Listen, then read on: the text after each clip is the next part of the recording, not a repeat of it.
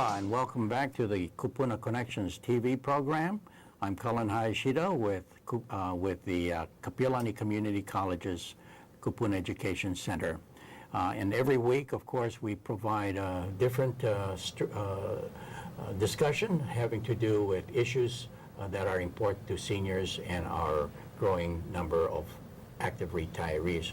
And today we have a very important topic dealing with assisted living and independent living, where we're calling it the ABCs of assisted and independent living.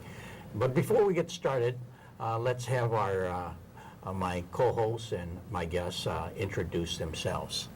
I'm Toni Hathaway, and I'm a social worker and the education coordinator at the Kupuna Education Center at Kapi'olani Community College. And I'm Shannon Miyazaki. I'm the administrator for the Plaza at Moanalua, which is the newest location of the Plaza Assisted Living Communities. Okay, good. So this question having to do with assisted living, independent living, we've got growing numbers of older adults, many of them relocating to a place where they can get a lot of services that is helpful for them to age in place. But you know, this word, assisted living, is still a relatively new word. So perhaps you can start off by telling us what is assisted living and how does it differ from a nursing home? Okay, you're absolutely right, Cullen. Assisted living is a newer concept, and assisted living, it's really a community that provides supportive services to seniors in a home-like environment that fosters an independent lifestyle. Nursing home is typically a higher level of care beyond assisted living. And although some nursing homes follow a home-like environment, because of the regulations with nursing homes, it tends to follow a medical model. I see, okay. Is there a difference in terms of, the philosophy of caring? I mean, nursing homes are trying to provide quality care, but are there some things about how they provide the care, the respect they provide, or the way in which they relate to seniors are different? The biggest difference is assisted living is built around a social model of care, whereas nursing homes tend to follow a medical model. And so, with assisted living, it's for that senior who probably not a good idea to live at home by themselves, but not ready for nursing home level of care. They're not ready for that higher level of care. And so there's a lot of supportive services in place within assisted living that fosters one's independence. And the important component is assisted living residents have a lot of choices. Having choices in it is extremely important. It's part of life. So even something as simple as choosing what they want to eat or choosing what activities they want to participate in, these are all valuable components of their daily lifestyle. Okay. And I guess in a nursing home, sometimes you don't have that kind of choice. But there's another word, independent living, assisted living. Are they the same? Not necessarily. The biggest difference is this, and let me describe it in terms of a resident. Okay. A typical independent living resident will do most of their personal care and most of their daily activities on their own, with little to no support from the staff. An assisted living resident will need typically some sort of support with their ADLs, or activities of daily living. So this includes things like getting up, grooming, dressing, bathing, toileting. They need assistance with those types of activities. And so typically in an assisted living community, nurses are readily present in the assisted living section because they want to provide prompt and timely service, so they're within that structure. You will not find too many nurses present within the independent living section of the building. I see. So one of the things I would like to point out is, particularly at the Plaza, we've licensed the entire building as assisted living. And what that allows us to do is to provide nursing support even within the independent living structure. Because we know that even independent residents, things happen. They get ill, they fall, they have injuries. And so we're able to provide nursing support for that temporary time while they recover. So periodically, they might need some help. Correct. And then go back to independent Correct. living. Oh, For a short period of time, perhaps. How about qualifications? Do folks have to qualify to move into an assisted living type of facility? So typically, a resident who desires to live in an assisted living community must be free of communicable disease. That's an important component. So all residents must have current tuberculosis clearance. And in addition to that, all residents will see their personal care physician and have admission orders completed. And the admission orders highlights things like diagnoses, medications, gives us a nice medical snapshot of who the resident is. We take that assessment, and what happens is one of the registered nurses within the community will do a nursing assessment. And this is a specific plan of care. This is what we'll be assisting the resident with, if any, while they're staying at that assisted living community. And, you know, different communities have different requirements. For example, some communities have age requirements. Some communities have specific admission or discharge criteria. And then other communities, actually most communities, I should say, ambulation is a requirement. So residents must be able to self-preserve in the event of an emergency. Self-preserve is a difficult word for our viewers. Sure. So what do you mean by that? Self-preserve is that in the event of an emergency, can residents physically get themselves to safety? We may need to provide verbal cueing. For example, if you're dealing with someone with Alzheimer's and dementia, but they physically must be able to get themselves to safety. So down the steps by themselves, or? With support, yes. With support. So basically, someone who is wheelchair-bound or bed-bound is typically not a candidate for assisted living. I see. Okay. And for independent living, there wouldn't be the same kind of qualifications? It is very similar. Very similar. It is very similar, yes. So that is the qualifications typically for anyone coming into an assisted living community in general. So a wheelchair is kind of a problem. You know, wheelchair, for long distances is okay. You know, you have the resident who they can ambulate, they use a walker, they use a cane, but maybe when they're going shopping or they're going to the doctor and it's a longer walk, or they're going to Las Vegas, for example, they use a wheelchair. But for day-to-day use, they must be able to ambulate. Now, you may also have the situation of someone with special medical circumstances, for example, an amputee. But if that person is able to, on their own, transfer themselves in and out of that wheelchair and self-ambulate themselves with the wheelchair, that too is considered ambulatory. I see. I see. So what would you say some of the benefits of living in an assisted living facility, independent living facility, versus living at home, let's say? Sure. You know, assisted living it's to me the perfect option for that senior who just is independent but still needs that little bit of support. You know, maybe they don't eat 3 square meals a day, or they don't eat good meals. They eat, you know, a lot of junk food or a lot of snacks. So they get 3 nice meals a day at the assisted living. Maybe they have this big home that they're living in, and so now they get to live in this nice apartment, and they have housekeeping and linen services once a week.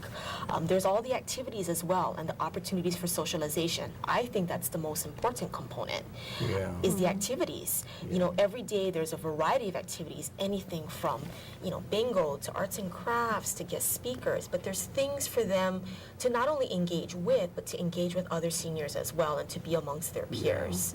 I could see situations that living at home in a large home, where they raise the kids, and the kids are all gone now, and you've got to clean the house, and of course it becomes it's a big challenge. Of course, it is. You got clutter there. Taking your medications, I guess, sometimes it can also be a big big challenge, yeah? And with the assisted living, you could address some of those issues. Absolutely. So for the senior who is independent but maybe forgets to take their medications, medication management services can be provided within the community. And you touched on something important. It's the kids. You know, a lot of the children of these residents are still working. They're working full-time. So the biggest factor in all of this is peace of mind for everybody. It's peace of mind for the family, that while they're at work or while they're doing their own personal lives, that there is someone who's looking after mom and dad, and that they don't have to worry. And you know, we've had a lot of success stories with seniors in assisted living where lab work comes back. All of a sudden, cholesterol numbers are looking good. Blood pressure has decreased. Oh, really? Exactly, yes. Residents who are a little overweight would lose a little bit of healthy weight, and vice versa. Residents who are underweight, you know, with these 3 healthy meals a day, now they're at a good weight. They're at an ideal weight.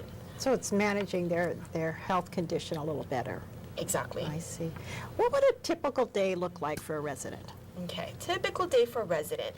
Resident will get up in their own apartment, and they may or may not have assistance with that early morning personal care. they'll go to a communal dining room and they'll have breakfast and meals are served. So it's served restaurant style, and get to socialize, sit with other residents, start the day.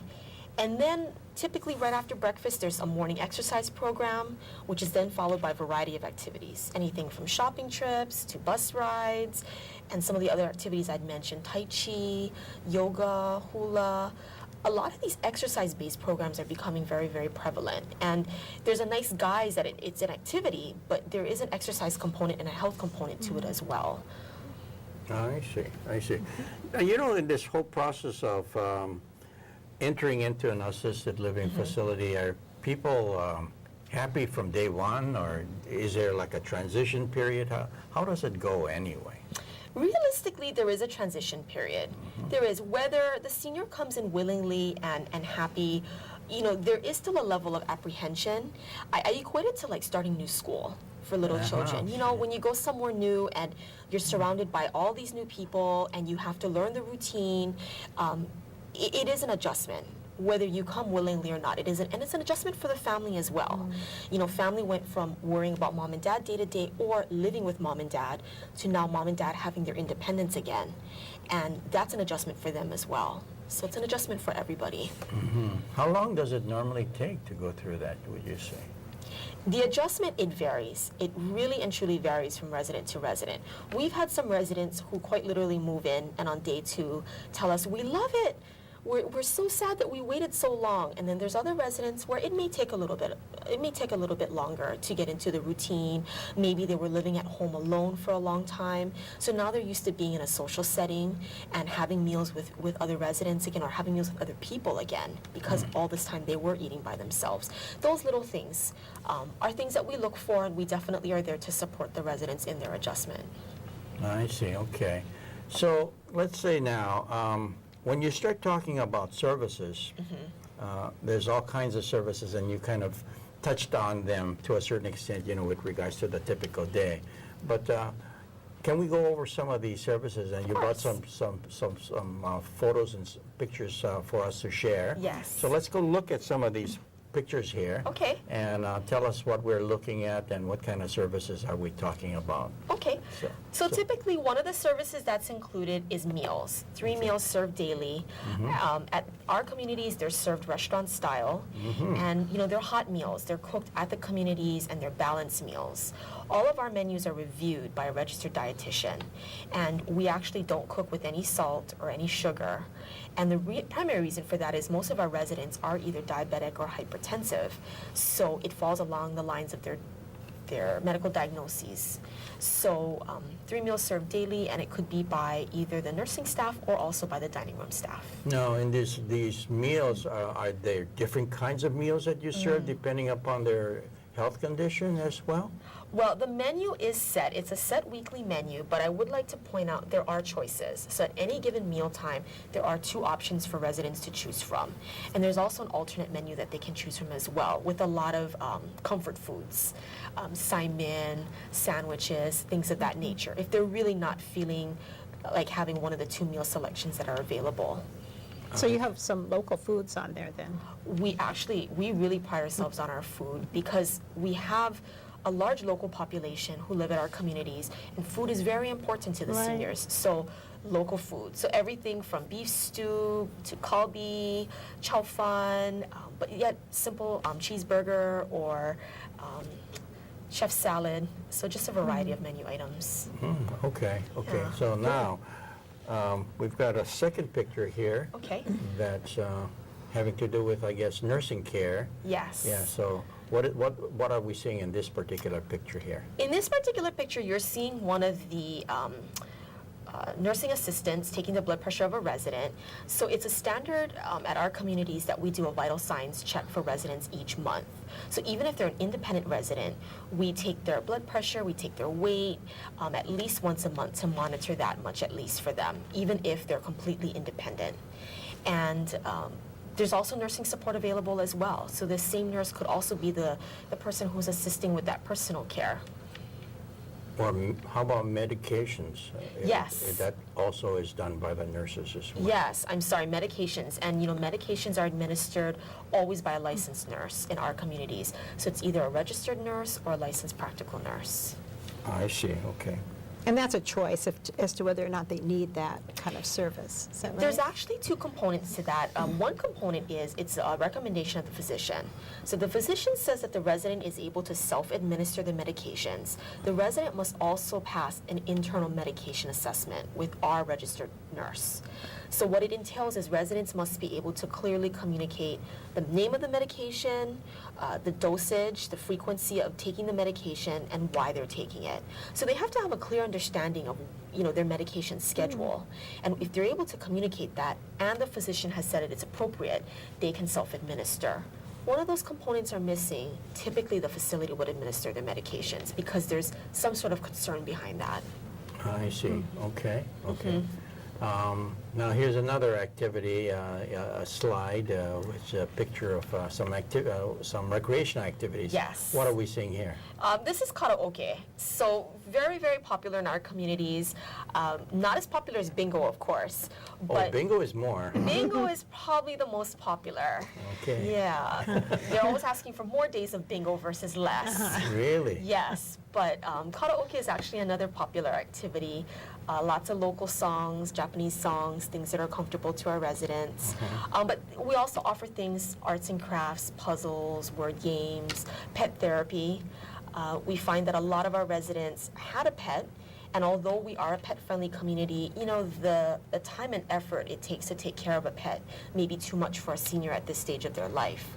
So we have good relationships with volunteers in the community who have certified therapy dogs and cats who will come to the community's visit, seniors for 5 to 10 minutes, and then, leave.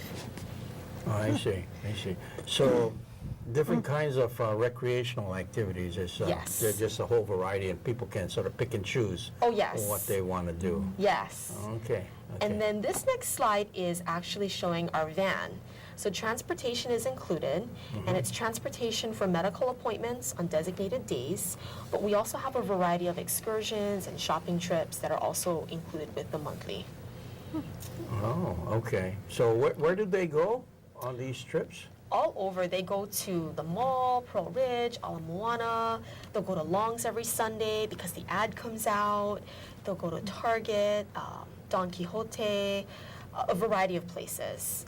I see. And what we tell our residents is the activity calendar is really resident influenced. And what we mean by that is, if there's something you really want to do or someplace you really want to go, let us know. Oh, Let I us see. know. You pretty much schedule it around the same time during the week? There is a lot of structure and routine, yes. Yes, Yeah. yes, I see. Okay, wow, that's nice to know. And all the doctor's appointment, it's all included, incorporated with these van rides. Yes. I see. Yes. I see. And what do the van drivers wait for you, or do they come back at a particular time when you're done? So typically, the medical transportation's on a designated day during designated time periods. We would drop off the resident. When they're done, either they or the receptionist at the doctor's office would call us to let us know that they're ready, and the van driver would pick them up in the exact same spot that they dropped them off at. If the resident does require an escort, we can provide an escort to go with them. I see, I see. Well, we had this one last picture that you shared with us, and Yes. I'm so glad that you guys shared this with us. It's a wonderful picture of intergenerational relations, I guess. Yes. Yeah? Tell us about what are we looking at here? Intergenerational relationships are important, not just with families who come and visit their loved ones, but also intergenerational programming within the community. So, we partner with local schools, local churches, and really bridge that gap and encourage and invite them to come to our community and let it be a mutual, a win-win, so to speak. The children get to learn from the seniors, and the seniors enjoy the company of these children as well. Yeah, yeah. Wonderful picture. I Thank love you that for picture. Yeah. Now, you guys also have, of course, other services, laundry, housekeeping. I don't know anything else, but can you fill us in on some of those things as well? Sure. So one of the other things that's included is weekly house cleaning and linen service. I could use that. Me too. Couldn't we all? Yes. So we clean their apartment. We include the bathrooms as well, and then we change their sheets and their towels once a week. So Nice. kind of an amenity of like being at a hotel, Yes. but in this type yes, of setting. Yes, yes. Wow, that's very, very nice. Okay. Well, if I was going to move into a place like this, I'd want to know what my unit or room was going to look like. Sure. So maybe you could tell us about that. Okay. How should I typically describe it as this to those who call. It's a nice blend of an apartment and a hotel room. So when you walk in, there's a kitchenette. The kitchenette includes a microwave and a mini refrigerator freezer unit. And then there's a living area and your own bathroom. So that's all in the confines of your own apartment. And so you couple that with the house cleaning and linen services and you get the nice blend. And so about, is this like the size of a one-bedroom, or is there extra rooms? Well, what are we talking about? Oh, okay, I see what you're saying. There are different size rooms, so we have some units that are shared units, and what that means is there's 2 bedrooms in the apartment, but they share a bathroom and a kitchenette. But each bedroom has its own door for privacy. We also have studio units where you walk in and it's one big room, and then we have 1 bedrooms, where it's like a traditional 1 bedroom where you walk in, you have a living room area, but then you still have a separate bedroom off on the side. And all of the units have their own closet space within the unit. Oh, okay, okay. I see. And then with that unit, you get your meals and your laundry and your housekeeping. Okay. Correct. That's all included with the monthly rent. Okay. Okay. Quality of care. I mean, how do we know that the facility is providing good quality? I mean, is there like a licensing requirement? Is there inspection that's occurring? Tell us about some of that. Okay. The assisted living communities in Hawaii are licensed by the State of Hawaii Department of Health, Office of Healthcare Assurance. After receiving their license, the community will be inspected at least every 2 years. So that's on the state level. Right now, at the present moment, there are no federal regulations for assisted living communities. Okay. Are there like national standards that you try to abide with, or anything like that? There are national standards, and there are a lot of networking groups for assisted living communities, where folks can talk about, what works in different facilities and the pros and cons of different structures, but there's just no regulations per se on a national level. Okay. And your staff, I'm sorry, your staff, are they, what kind of training do they receive? Okay. So all of the staff must undergo orientation and a minimum of 6 hours of training annually. And that's regulated by the Department of Health. And so at the plaza, we take training very seriously. And so we actually do 2 to 3 times more than that. And we know that there's many different facets to the training for the staff. At minimum, each community must have an administrator who is licensed and a registered nurse who is assigned to that community. So a lot of times communities will hire certified nursing assistants or CNAs who will handle most of the nursing care, and they will hire additional registered nurses or licensed practical nurses who will do more of the assessment or medication administration type care, that higher level of nursing care. Okay. Maybe we can get some idea in general of what the costs are Okay. for assisted living. The general range for assisted living is anywhere from $3,500 to about $8,000. And that really is dependent on the community and the level of care. Right now, Alzheimer's care and dementia is becoming more prevalent, and that type of care tends to run on the higher end. So that's where you're looking at the $6,000 to $8,000 end. But for independent living, you're looking at about the $3,000 to $4,000 range. And that would, as you say, include the room and the meals and the housekeeping and laundry. And then if you need some of these extra services like the personal care, medication management, then are those usually added on as per charge as to what you need? Is that how it works, or is there a bundle? It depends on the community. Some communities will bundle it, some will utilize a point system, and other communities will just go by a straight hourly charge. So that would be specific to the community that you're interested in. Insurance? Does that Long-term care. Long-term care insurance is the only one that will cover this cost? Most- Medicare will not. Medicare will not. Okay, that's good for... Yeah, Medicare will not, and Typically- Medicaid will not. No, Medicaid for sure will not. Typically, at our communities, we're private pay, and long-term care insurance, most of them will pay for assisted living, but I will say this, there are so many different long-term care insurance policies right now. Check your policy. Check to see what the qualifications are for your particular policy and what the holding periods are, if any. Some of them have waiting periods. And some cover and some don't. Correct. Particular service. And some have stricter requirements for benefits to start than other policies do. So it just depends. I see. Okay. Well, looks like we have just a little bit more time left. Time goes by really quickly. Perhaps you could kind of share with our viewers one last tip that they should be thinking about or keep in mind. You know, there's so much information, of course, but if you had to leave one last tip for our viewers, what would that be? The biggest advice I can give to viewers is don't wait until there's an incident. Don't wait till the last minute. When you're a young and healthy senior, go and visit these communities. A lot of the assisted living communities, not just the plaza, welcome folks to call for information or come in for a tour. Do your research while you're still able to so that you make that decision for yourself and your family's not forced to make that decision for you when the time comes. Because you want to make sure the community you pick is the right fit for you. And, you know, most of the assisted living communities, including ours, are month-to-month rental. So you really have nothing to lose. You can rent month-to-month, and if you decide that it's not the right fit for you or you want to return back home, you have the option of leaving. You're not locked into a buy-in type structure. So that's an important component. There is flexibility. So try it out. Good idea. Yeah, Good idea. That's very good advice, I Yeah. think. Don't wait too long. Exactly. Yeah, and so that you can enjoy living, basically, and have other people take care of your laundry. Yes.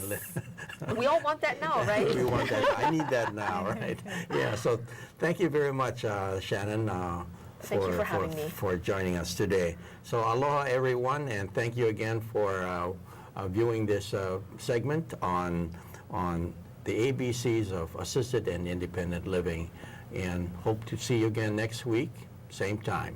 Aloha.